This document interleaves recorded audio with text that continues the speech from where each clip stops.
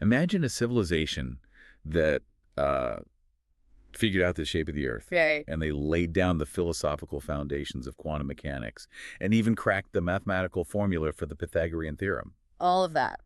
But, and here's the crazy part, they never wrote a single word of it down. Not one word. No stone tablets, no papyrus scrolls, like no clay baked in the sun, just an entire universe of knowledge mapped out, perfected, and locked away in the most fragile, temporary storage drive in existence. The human mind. The human mind. Yeah. Welcome to the deep dive. If you are listening to this right now, yes, you, the insanely curious learner who always needs to know not just what happened in history, but like why it happened and how it actually worked. Get ready. It's going to be a big one. Today, we are going on a massive mental time travel expedition. We really are. And it truly requires a complete paradigm shift on our part. How so? Well, because when we study the ancient world, we are conditioned to look for the physical ruins. Right. We look for the big rocks. Exactly. We measure society's greatness by the weight of the stones they stacked. But the civilization we are exploring today forces us to redefine what actually constitutes a monument. I love that phrase, a monument, because our mission today is to explore the Vedic era. The absolute origins of Indian knowledge and philosophy. Yeah. We are talking about a civilization emerging right after, or maybe even entirely parallel to, the ancient Indus Valley civilization. Mm-hmm. But instead of leaving behind, massive stone ziggurats or giant pyramids in the sand, they built their monuments out of pure thought. Pure thought and memory. They constructed these vast, intricate structures of philosophy, science, and poetry.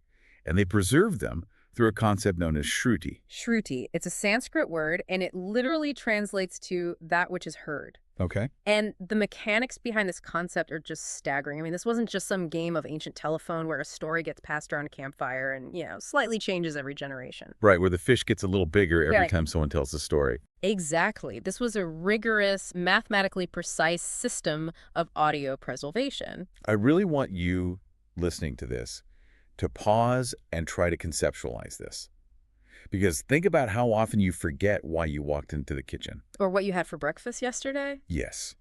Now imagine trying to memorize the entire accumulated scientific, spiritual, and legal knowledge of your entire culture. With zero data corruption. For thousands of years. I mean, I have to push back here right at the start.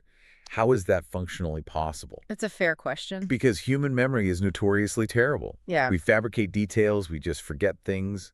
How do they actually do it without writing it down? That is the essential question. Yeah. And the answer is that they didn't just casually memorize it. They engineered a fail-safe linguistic technology. A linguistic technology. Yes. They developed these incredibly complex methods of chanting called pathos. Okay. To prevent a single syllable from being lost or altered, a student wouldn't just learn a sentence from start to finish like we do. How would they learn it? They would learn it forward, then backward, then in alternating mathematical patterns. Wait, what? Yeah. Imagine learning a sequence of words as 1, 2, then 2, 1, then 1, 2, 3, then 3, 2, 1, and 1, 2, 3 again. Wait, so they were essentially creating like an oral algorithm, That's a great way to put it. like a digital checksum in a computer file today, just to make sure the data isn't corrupted. Precisely. It is an ancient audio blockchain. Wow. If a single word was altered or even pronounced with the wrong micropitch, the mathematical pattern of the chant would immediately break. And they would hear the error. Exactly. The error would be instantly recognized and corrected by the community. It's an advancement in human cognitive capacity that, frankly, rivals any physical invention. Because they knew physical stuff doesn't last. Right. They realized that physical materials decay. Stone crumbles, papyrus rots. Libraries burn down. Exactly. But if you can weave knowledge into the very neurological fabric of your society, as long as there is a human being left alive, the library survives. That is absolutely wild. So to understand this massive invisible mind monument, we really need to open the very first book of this mental library. The foundational text. Right. And I'm using the word book metaphorically, of course. We are talking about the Rig Veda. The Rig Veda. It is widely considered the world's oldest living text. And we have to emphasize the word living. We do. There are older fragments of writing in the world, maybe some Sumerian cuneiform, but those are dead languages. Nobody is speaking Sumerian at the grocery store. Exactly. The Rig Veda is a text that has been actively recited, passionately studied, and continuously lived by since the exact moment of its inception. Let's lay down the scale of what we're dealing with here. Like, what exactly did they manage to memorize? The numbers are daunting. The sources give us the hard stats, and they are huge. The Rig Veda consists of 1,028 hymns. Which are called suktas. Right, suktas. And these hymns are composed of 10,552 individual verses. Known as riches. Over 10,000 verses memorized. And all of this is organized into 10 massive volumes, or melois. It's a staggering amount of data. And the timeline. We are looking at a composition window estimated somewhere between 1500 to 2500 BCE. Let's give that timeline some context for the listener. Please do.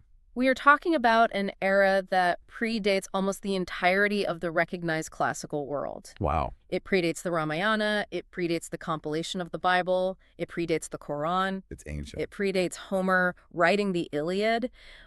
When we listen to the Rig Veda, we are literally listening to a voice calling out from the absolute dawn of recorded human consciousness. And what exactly is that voice saying in those 10,000 verses? It's a mix of things. Yeah, you have a lot of incredibly poetic praises to the raw forces of nature. They're singing to the sun, the fire, the rain, the wind. The elements they relied on. Right, and you have practical day-to-day life instructions.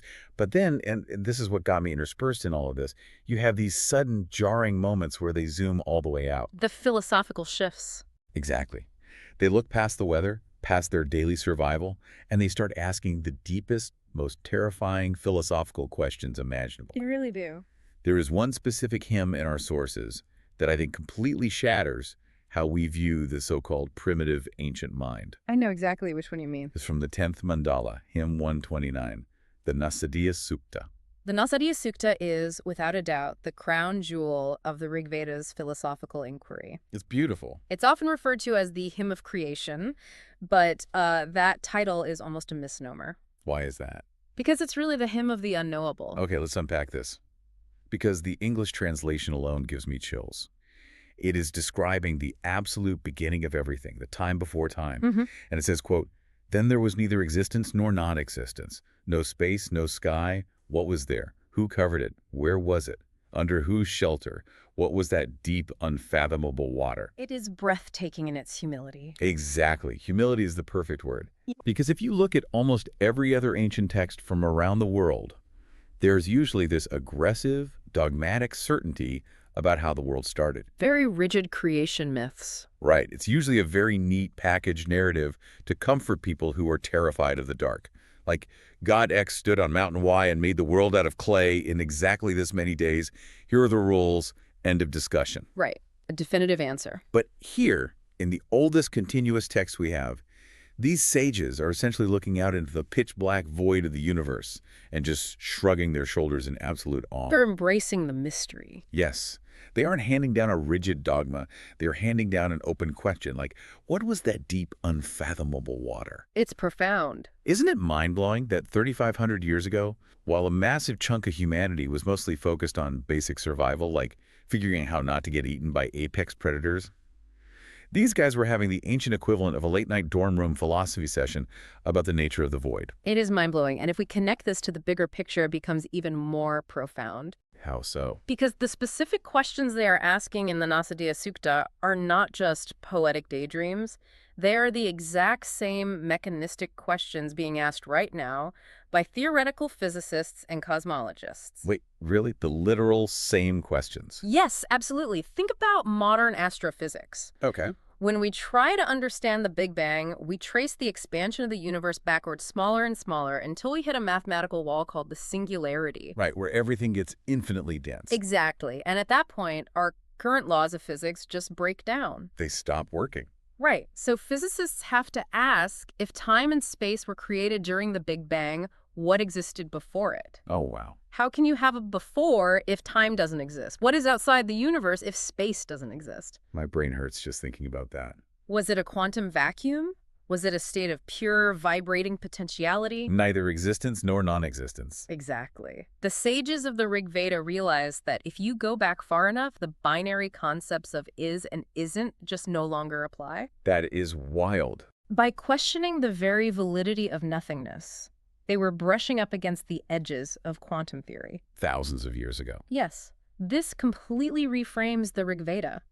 It isn't just a religious text. It is a foundational document of human scientific curiosity. It's pure inquiry. It represents the very first step of the scientific method, the ability to observe the universe, realize you don't understand it, and formulate a profound, unanswerable question. That is just incredible. They were staring up at the night sky and essentially doing theoretical physics in their heads without the math. Pure conceptual physics. But here is the reality of running a civilization, right? Yeah. You cannot build a society just by staring into the void and asking existential questions all day. No, someone has to do the work. Eventually, somebody has to plant the wheat, somebody has to cure a toothache. So if the Rig Veda was their high-level theoretical physics and philosophy, how did they organize the rest of the human experience? They needed a system. They needed a curriculum. And that curriculum evolved into what we now know as the four Vedas. Right. And it is crucial to understand that these aren't just four random anthologies of ancient writings that happened to get grouped together by historians later. It was deliberate. Very deliberate.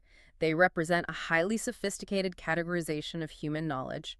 They actually map out the four distinct dimensions of a functional human life. Let's break down those dimensions for the listeners. So the first is the Rig Veda, which we just explored. The foundational philosophy. That is the dimension of pure knowledge, of philosophy, of asking the grand cosmic questions. But then you have the second dimension, the Samaveda. Yes. And this is where the audio engineering of this mental monument really takes center stage. The Samaveda is the dimension of music. Correct. The Samaveda essentially takes the philosophical hymns of the Rig Veda, the ones we just talked about, and dictates the precise melodic structures for how they are meant to be sung. So it's not just spoken word. No, it transforms pure data into aesthetic experience. And we are not just talking about, like, humming a few campfire tunes to make the poetry sound nice. Far from it. The sources are very clear that the absolute roots of Indian classical music are born right here in this ancient text. The foundational notes. Yeah, the 7 fundamental notes of Indian music, sa, re, ga, ma, pa, da. Their absolute origin is right here in the Samaveda. Which is incredible to think about. It is. And going back to our earlier point about memory, it makes perfect sense. How does music actually work as a mnemonic device? It's incredibly powerful. Why is it so effective? Because, I mean, I can't remember my own passwords half the time, but if a song from middle school comes on the radio, I know every single syllable perfectly. We all do. And it comes down to how the brain processes different types of information. So, Well, standard spoken language is processed primarily in the left hemisphere of the brain, dealing with logic and sequence. okay. But music engages the entire brain. It activates the auditory cortex, the emotional centers like the amygdala and the motor cortex, because rhythm makes us want to move. Right, capping your foot. Exactly. By mapping the vast data of the Rig Veda onto the melodic structures of the Samaveda, they completely bypass the standard, fragile cognitive filters of rote memorization. They bypass the weak spots. They embedded the information deep within the brain's long-term emotional and acoustic memory centers. So they basically hacked the human nervous system to store philosophy. They really did. But the Samaveda also introduces a profound philosophical concept in its own right. What's that? The idea that sound itself, when structured harmoniously at specific frequencies, has a direct, tangible effect on human consciousness and the physical environment. That sound changes reality. Exactly. Okay, so we have the philosophy dimension and the musical dimension. Then we move to the third dimension, the Yajurveda. The dimension of action. Right, specifically ritual action known as yajnas. Now, on the surface, to a modern listener, this might just sound like an ancient instruction manual. It can definitely read that way. Like how to build a fire altar, where to pour the clarified butter, what chant to say. It sounds like ancient magic to us. It is very easy to dismiss it as superstitious ritualism, but the underlying mechanics and the philosophy of the Yajurveda are actually fascinating. Walk us through it. Well, the text isn't just about the physical mechanics of a fire ceremony. It introduces a comprehensive worldview that every single action a human being takes can and should be viewed as a yajna. Explain that. How does a literal fire ritual translate to daily life? A yajna is fundamentally an offering. It's an act of reciprocal exchange. Okay. The philosophical premise here is that the universe operates on a system of continuous thermodynamic and spiritual exchange. Like a cycle. Exactly. The sun offers its light to grow the plants offer their leaves to feed the animals sustain humans. So nothing exists in isolation. Right. Therefore, human actions cannot be entirely selfish. Your daily work, how you raise your children, how you treat your neighbors, how you contribute to your community if done selflessly. With an awareness of the larger cosmic machinery, that action becomes your yajna. Oh, wow. So it's essentially a massive framework for applied ethics. That's exactly what it is. You don't just go to a designated temple for an hour a week to perform a good action. Your entire existence, the way you move through the world and interact with the ecosystem, is the ritual. It connects the cosmic order, which they called Rita, to the mundane daily routine. Rita. Yes.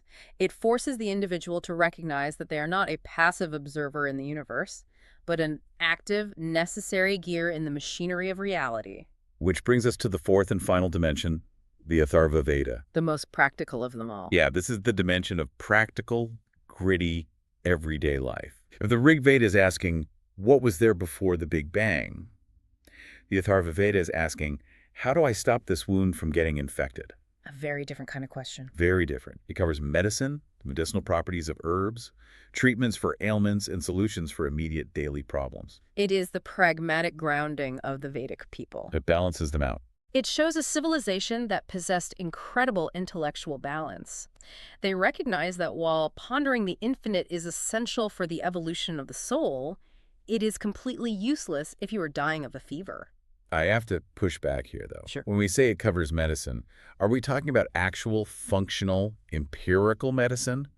Or are we talking about ancient shamans shaking a stick and doing superstitious chants, hoping the fever goes away? It's a valid concern. Because there is a big difference between ancient superstitious beliefs and actual medical science. That is a very fair skepticism, and the Atharva Veda certainly contains elements of what we would call spiritual or energetic healing prayers for protection and so forth. Right.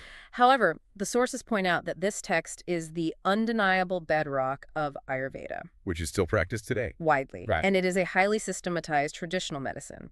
What you see in the Atharva Veda is the beginning of empirical observation. So they were paying attention to what actually worked. Exactly. They may not have known the molecular structure of an active ingredient, but they rigorously observed cause and effect. Like trial and error. Right. They noted that chewing a specific root reduced inflammation, or applying a specific paste accelerated wound healing. That makes sense. Over centuries, these empirical observations were cataloged, tested, and refined into a medical science that recognized the interconnectedness of diet, environment, and physical health. It is astonishing. It really is like we are looking at the blueprint for a complete university system. A mental university. Yes. You have the Rig Veda as the philosophy and theoretical physics department. The Samaveda is the Conservatory of Fine Arts and Acoustics. The Yajurveda is the School of Applied Ethics and Social Sciences. And the Atharva Veda is the medical school. It's a perfect analogy, and we must continually remind ourselves that this entire university existed without a single physical campus. No buildings. No libraries. The library was the collective neurological network of its scholars. Just humans. The rigorous discipline required to maintain this four-dimensional system over millennia, without the luxury of writing things down, is a testament to the absolute peak of human willpower. It's hard to even fathom. In fact, this method of preservation was so flawless that in 2003, UNESCO officially declared the tradition of Vedic chanting as an intangible cultural heritage of humanity. That's amazing. It is recognized globally not just as history, but as a masterpiece of human capability. So imagine you are a student in this era. Okay. You spend years, maybe decades, navigating this mental university. You master the hymns of the Rig Veda.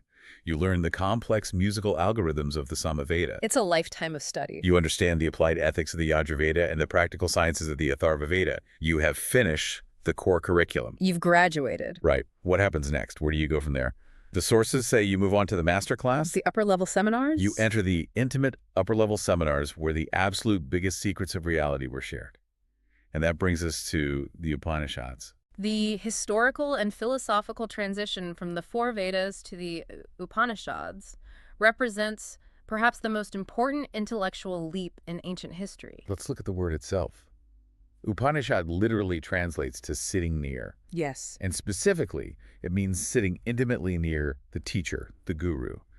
The visual imagery here marks a massive shift. It's a completely different vibe. We are moving away from the grand, wooming public chants of the Samaveda.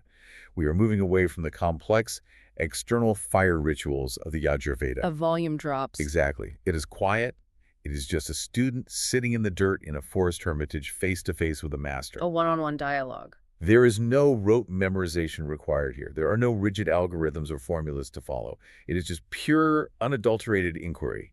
It is an open dialogue. It represents a shift from the external to the internal. The inner world. Right. The early Vedas largely dealt with observing the outside world, the weather, the stars, the societal structures, and figuring out how to interact with it harmoniously. How to survive in it. Yes. The Upanishads take that lens of intense observation and turn it entirely inward. They stop asking, how does the world work? And start asking, who is the observer? What is the actual nature of the self? The sources mention that there are 108 total Upanishads, but 12 of them are considered the major foundational texts. The core texts. And within these texts, there are these core, highly concentrated philosophical statements known as the Mahavakyas. Great sayings. Right. We are given 3 specific ones to look at today, and they are heavy. Very heavy. The first is Aham Brahmasmi from the Brihadaranyaka Upanishad, which translates to I am Brahman. Okay. The second is Tattvamasi from the Chandogya Upanishad, meaning thou art that. And the third is Prajnanam Brahma from the Aitareya Upanishad, which means consciousness is Brahman. These 3 statements are the absolute zenith of Vedic philosophical thought. They are so short, though. They are incredibly dense. They are attempting to compress the infinite into just a few syllables. Here's where I have to step in and really push back on behalf of you, the listener. Please do. Because when you hear English translations like I am the universe or thou art that, if we're being completely honest to a modern ear, they can sound a bit, well, fluffy. They can sound cliche. They sound like platitudes. It sounds like something you would see printed on a bumper sticker or a very expensive coffee mug in a trendy yoga studio. Or a self-help book. Or like a Jedi mind trick from Star Wars. So how do we get past that modern cynicism? Great question. How do we grasp the sheer, crushing philosophical weight of a statement like, you are the universe, without it sounding like superficial New Age fluff? That is a vital distinction to make, because the commodification of these phrases has robbed them of their original terror and majesty. Terror. Yes, terror. What's fascinating here is that the Upanishads are not offering a feel-good motivational quote to help you get through a tough Tuesday. They aren't just cheering you on. No.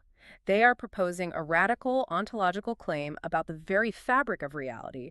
When they say Aham Brahmasmi or Tattvamasi, they are defining Brahman. And Brahman is. They are very clear that Brahman is not an old man with a beard sitting on a cloud judging you. Right. Brahman is the fundamental underlying reality of all existence. It is the raw, undivided cosmic consciousness out of which all matter and energy arise. So when they say I am Brahman, they are saying that the you, your physical body, your individual mind, your specific ego, your memories of your childhood, all the things you think make you a unique, separate individual are actually just temporary, surface-level expressions of that single, unified reality. Precisely. To use an analogy, they are saying you are not a discrete, separate drop of water that happens to be floating near other drops of water. Oh. You are the ocean, currently expressing itself as a wave. Oh, wow. The Upanishads are systematically dismantling the illusion of separation. And again, if we connect this to the bigger picture, this isn't just ancient mysticism. It connects to science again. It aligns startlingly well with the cutting edge of modern physics. We are back to quantum mechanics. We are. In quantum mechanics, scientists grapple constantly with the observer effect and quantum entanglement. Right. Spooky action at a distance. Exactly. Yeah. The idea that the observer and the observed reality are not separate, independent entities, the very act of observing a particle changes its state. You can't separate the scientist from the experiment. Right. When you look at the universe at the subatomic quantum level, the rigid boundaries between you, the air around you, and the chair you are sitting on begin to blur and break down entirely. Oh, just energy. It is all just interacting fields of energy. So when the ancient sage tells the student, Tat Tamatsi, thou art that, they're basically delivering a 3,000-year-old scientific echo of modern quantum theory. They absolutely are. They're saying, you are not a separate observer sitting inside a meat suit looking out at a dead universe. You are the universe temporarily looking at itself. Exactly. And to actually internalize that is not a comforting, fluffy experience. It sounds overwhelming. It is terrifying and it is liberating. It demands the complete destruction of your ego. Because you don't really exist. Right. If you truly believe Brahmasmi, it requires a complete paradigm shift in how you view your responsibilities and your relationship with every other living thing. That makes sense. If there is no fundamental separation between you and the environment, then polluting a river is harming yourself. Harming another person is fundamentally harming yourself. It's the ultimate foundation for empathy? It is the ultimate foundation for radical empathy, but it is derived from rigorous metaphysical logic, not just moral sentimentality. Okay, my mind is thoroughly expanded by the cosmic implications of this. I get how profound it is. It's a lot to take in. It is, but, I mean, it is very easy to sit in a quiet forest ashram meditating on being one with the infinite cosmos when someone else is cooking your dinner. That's a very practical point. How did these people actually live day to day? Let's bring this down from the cosmos and get our hands dirty. How did the rubber meet the road in this society? A very necessary grounding, because the philosophical heights of the Upanishads could only be supported by a very structured, practical, and highly organized society. Let's look at the geography first. The sources place this civilization in a region called the Sapta Sindhu. Which means the land of 7 rivers. Right, and if you look at a modern map, we are talking about an enormous swath of land covering present-day Punjab, Haryana, northern Rajasthan, and Uttar Pradesh. A massive area. So we are dealing with a lush, incredibly fertile, river-fed valley. Which naturally dictates the foundational mechanism of their economy. Farming. Yes, this was primarily an agrarian society. Their wealth was generated from the earth. They were cultivating vast crops of wheat and barley. But the sources point out something else. What's that? The absolute center of their economic life, the engine that drove the entire society forward, was animal husbandry. And specifically, the cow. The economics of the cow. Right. Now, we often hear about the cow being sacred in Indian culture. And people from the outside, looking in through a modern lens, might view it simply as a quirky religious whim. Like they just picked a random animal. Yeah, oh, they just really like cows. But the sources make it explicitly clear why the cow attained this elevated status. It was pure survival. It wasn't just a random animal they picked out of a hat to worship. It was the literal thermodynamic backbone of their survival. Let's break down the mechanics of this. Why the cow? It comes down to incredible economic and agricultural efficiency. How so? The cow was the perfect multi-purpose economic unit for their specific environment. Okay. First, the cow provided milk, which was a constant, renewable source of high-quality protein and calories that didn't require killing the animal. And in a world before refrigeration, a daily source of fresh calories is invaluable. Exactly. You can't just store meat for months easily. Right. Second, the cow provided dung. And in an agrarian society, dung is gold. Literal gold. It was dried and used as a slow-burning fuel for cooking and heating. It was used as a building material for their homes. Wow. And most importantly, it was the fertilizer that replenished the nitrogen in the soil, ensuring the wheat and barley fields didn't die out after a few seasons. And crucially, cows produce bulls. Yes, the bulls. And bulls were the heavy machinery of the ancient world. They were the tractors. They really were. Without the muscular traction power of the bull to pull a heavy plow through the hard earth, large-scale agriculture in that era, capable of feeding a civilization, would have been physically impossible. Exactly. So protecting the cow wasn't just about a vague sense of being nice to animals. It was a matter of sheer, uncompromising economic preservation. Let's follow the logic. If you kill a cow to eat its meat, you get a massive influx of calories, right? Right, a big feast. But you only feed your family for a week. And then it's gone. But if you protect the cow, it feeds your family with milk for years, it fertilizes your crops so your grain grows, and it births the tractors that plow your fields. You don't eat the tractor. You don't eat the tractor. Over generations, the overwhelming economic value of keeping the animal alive transitions into a deep cultural reverence. And eventually, that reverence is codified into sacred religious status. It is ancient economic engineering disguised as religion. It makes perfect logical sense. It is a brilliant example of how ancient societies encoded vital survival strategies into their religious and cultural norms. By making the cow sacred, they ensured that even during a famine, the population wouldn't consume their own means of future production. And how do they pass on all these survival strategies? How do they pass down the intricate agrarian knowledge, the applied ethics, and the massive mental library of the Vedas we talked about? The education system. That brings us to their education system, the Gurukul. Now, the mechanics of this system are fascinating. They are very unique. The student literally leaves their family home, goes to live in the forest or village with the guru, and becomes a functioning part of the guru's household. They are fully integrated. They chop wood, they tend the cows, they learn the texts, they learn life skills. And the most striking detail from the sources of this education was completely free. Completely free. There were no ancient tuition fees, no student debt. At the very end of this extensive, multi-year education, the student offered a guru dakshina. A parting gift or fee. Right. And it was simply whatever they could afford. Sometimes it was a humble offering of fruit. Sometimes it was considered invaluable. The Gurukul system was deliberately designed to remove the distractions of wealth, status, and familial comfort from the learning process. You leave your privilege at the door. Exactly. The student was there to empty their cup, to serve the household, and to absorb knowledge without the ego of being a paying customer. Okay, this sounds incredibly idyllic. It does sound nice. It sounds like a perfect utopian society of free education and cosmic oneness. But we have to look at the whole picture. We can't ignore the complexity. So what does this all mean when we confront the more difficult, darker parts of this history?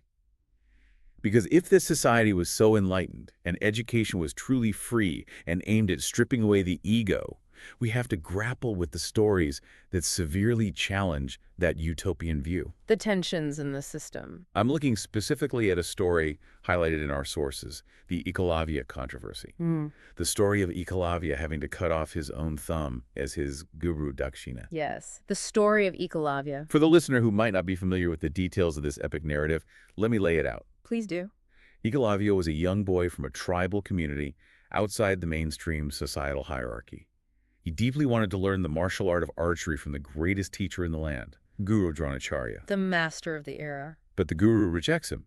He refuses to teach him because Ekalavya is not a prince, he is not of the warrior class, he's an outsider. He didn't fit the rigid social structure. Right. Ekalavya is undeterred, though. He goes into the forest, builds the crude clay statue of the guru, and practices in front of it with absolute unbroken devotion. Pure self-teaching. And through sheer force of will and practice, he actually becomes a vastly superior archer to the guru's favored royal student. He beats the establishment. When the guru, Dronacharya, discovers this, he is shocked.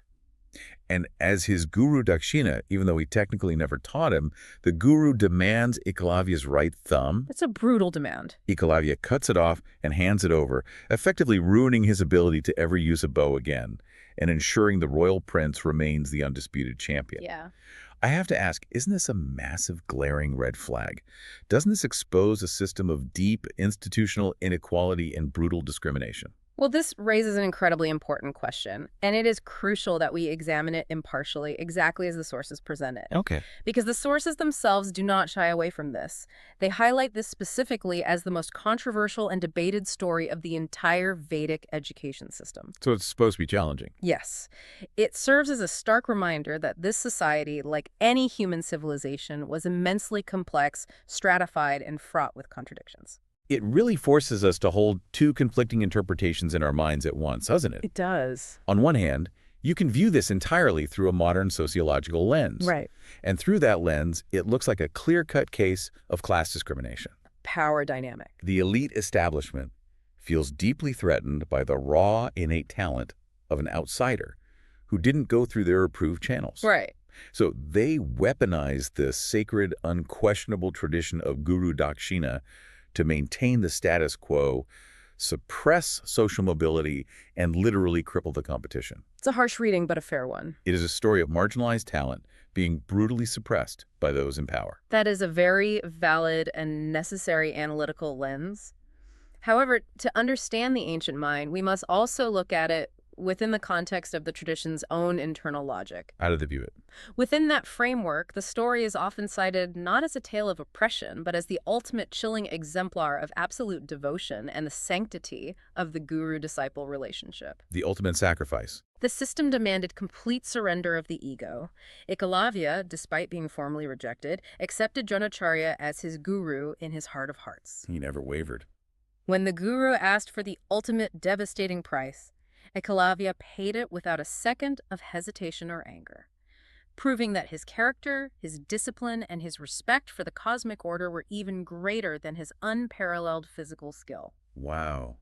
It is a dark, incredibly heavy story. It doesn't give you an easy answer. It doesn't. And our role here is not to sanitize the past, nor to deliver a modern moral verdict, but to present the profound tension exactly as it exists. To show the full picture. The Vedic era was not a flawless, egalitarian utopia. It was a civilization wrestling intensely with the balance between rigid societal structures required for survival, fierce institutional loyalties, and the pursuit of higher transcendent knowledge. It makes you think. The story of Ekalavya survives precisely because it forces every subsequent generation to debate it. Where is the line drawn between discipline and exploitation, between upholding tradition and enacting justice? It is a perfect example of why this deep dive is so fascinating. History is never just one simple narrative. Never.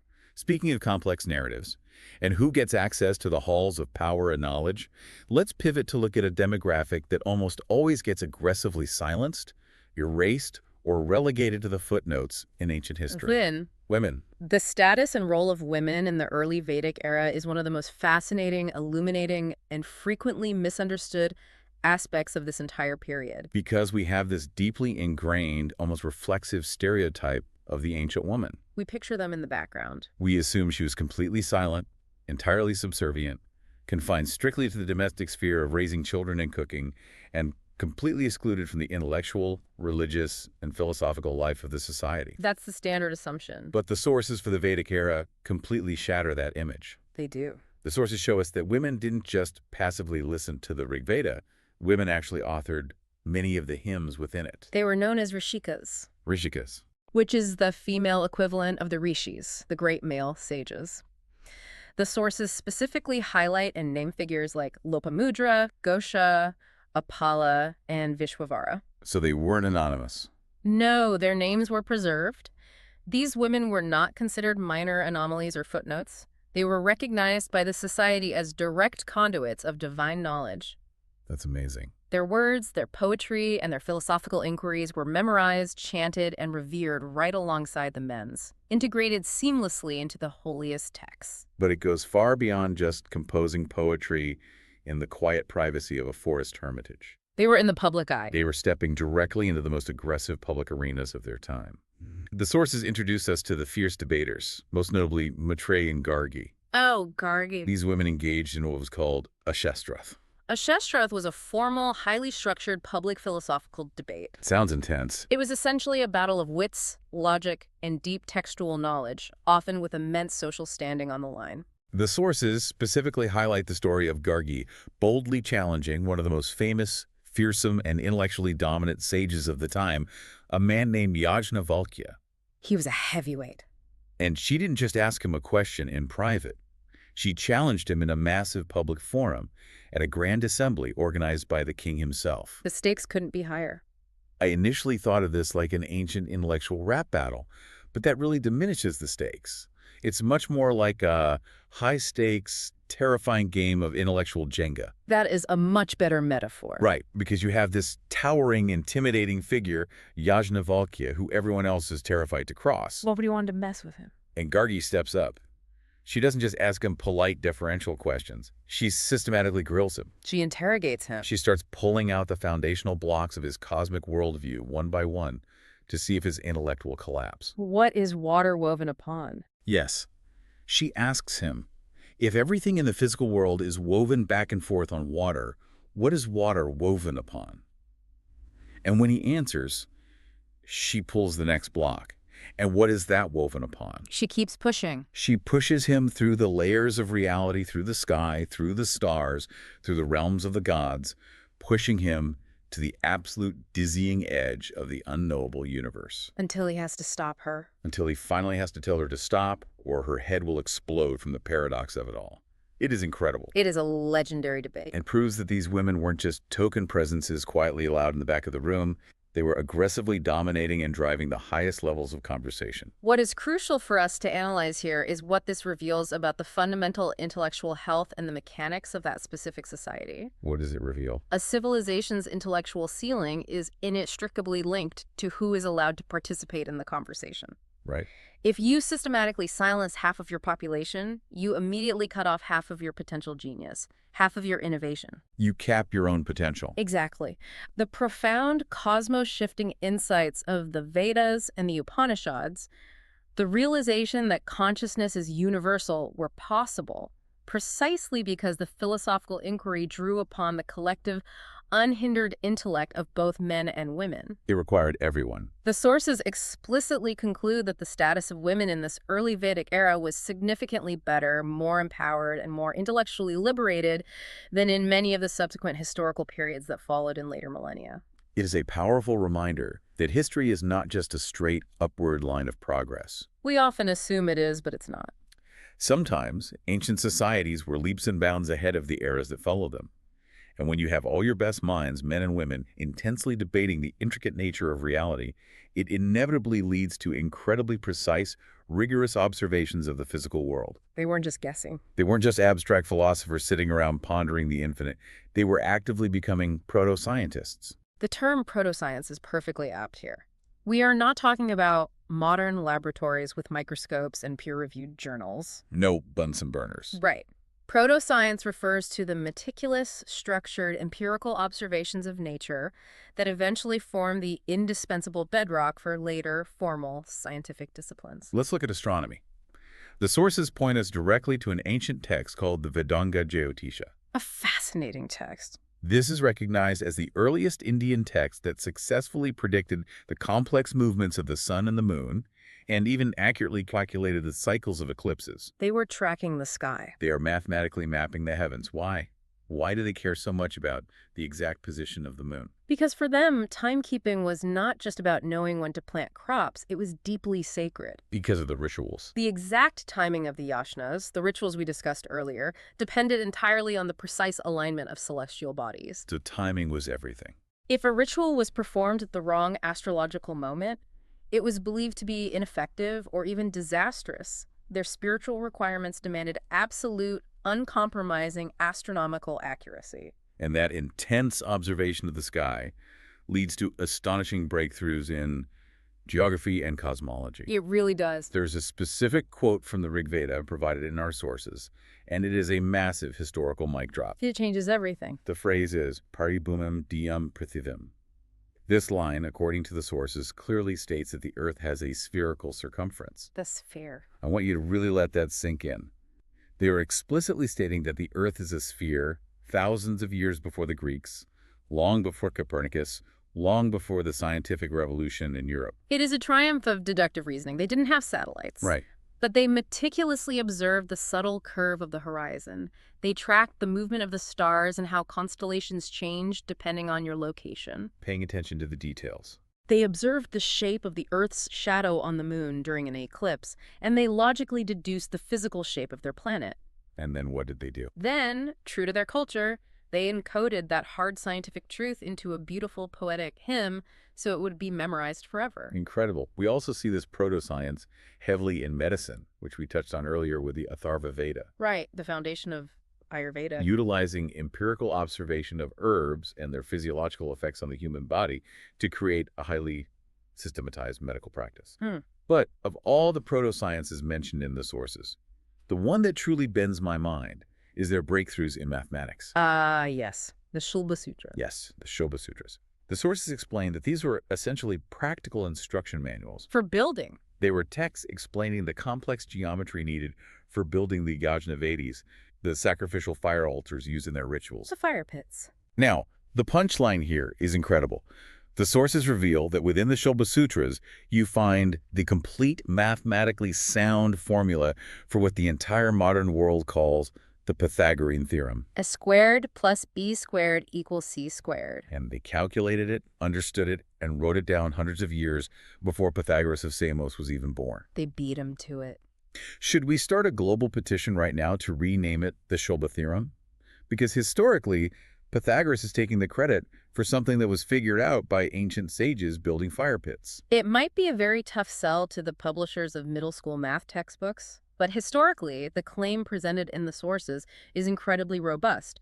The geometry is undeniable. But I have to ask the how question again. How does a society figure out advanced foundational geometric theorems just by trying to build a fire pit in the dirt. It goes back entirely to the concept of the yajna, the ritual, and the mechanics of their belief system. How so? You have to understand, these altars were not just casual campfires where you throw some wood in a circle of rocks. They weren't just making a bonfire. Not at all.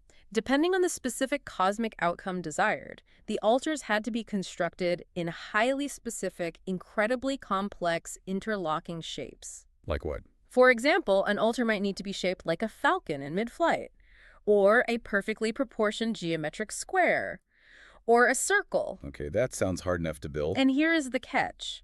Regardless of the complex shape, the total surface area of the altar had to remain exactly the same, using a highly specific prescribed number of bricks. Oh, wow. Yeah. So if you were converting a square altar into a falcon-shaped altar, but the square footage has to remain identical, the math required to figure out the angles is immense. Exactly.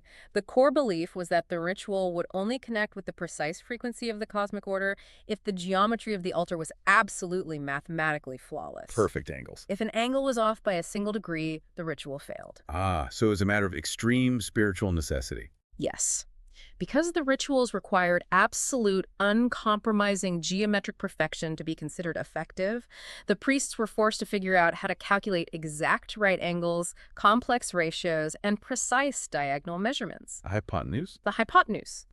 They didn't set out to become mathematicians. They inadvertently birthed advanced mathematics in their relentless pursuit of spiritual perfection. That is just poetry? Form follows spiritual function. Necessity, even if it is a purely spiritual necessity, is the mother of invention.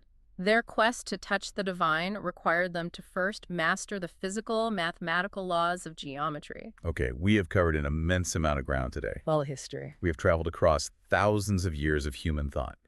Let's do a quick flyby of the major takeaways for you, the listener, to cement this in your mind. Good idea. We've explored a civilization that completely defied our modern expectations by building their greatest, most enduring monuments not in stone, but in the neural pathways of their own minds. Through memory. A society that utilized the Shruti tradition to compose the 10,000 verses of the Rig Veda, capturing humanity's earliest, most profound existential questions about the void before creation. What was that deep, unfathomable water? Exactly.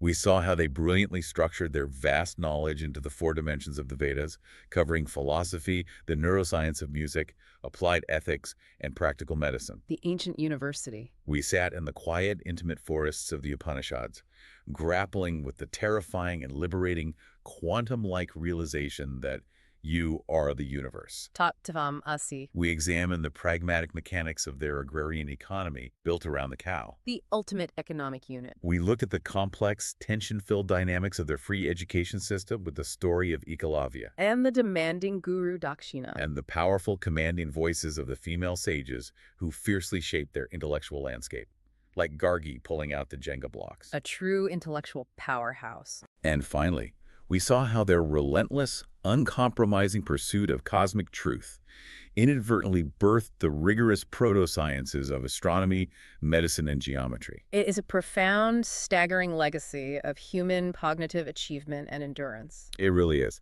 And before we let you go today, our expert has a final, somewhat provocative thought for you to mull over, something to take with you into your day that builds on everything we just discussed. Yes. We spent this entire time discussing how the vastness of the Vedas, the intricate philosophy, the proto-science, the sweeping poetry was preserved entirely through human memory. Shruti. The Shruti tradition was so precise, so incredibly resilient through its complex mathematical chanting patterns, that it survived millennia of human history. It outlasted empires until UNESCO recognized it thousands of years later. It's an unbroken chain. But today, you and I live in a completely fundamentally different paradigm. We have outsourced almost all of our memory to machines. I can barely remember my own phone number. Right. We rely entirely on our smartphones, our cloud servers, and our search engines to hold our knowledge for us. Most of us rarely memorize anything anymore, let alone thousands of verses of foundational philosophy or survival skills. We just Google it. So I want you to reflect on this scenario. If a massive solar flare wiped out our digital slate tomorrow, permanently erasing every hard drive and cloud server on the planet, What monumental knowledge could humanity actually reconstruct entirely from our own minds? Oh, man. Have we traded the profound, limitless, resilient power of human memory for the simple, ultimately fragile convenience of digital storage? That is a deeply chilling and necessary question. It really makes you wonder what mental monuments we are failing to build today, because we just assume the cloud will always be there to remember it for us. It's something to think about. Thank you for joining us on this massive mental time travel expedition. Keep looking up, keep asking those big unanswerable questions about the unfathomable water, and keep exploring the universe, just like the sages of the Sapta Sindhu. Until next time.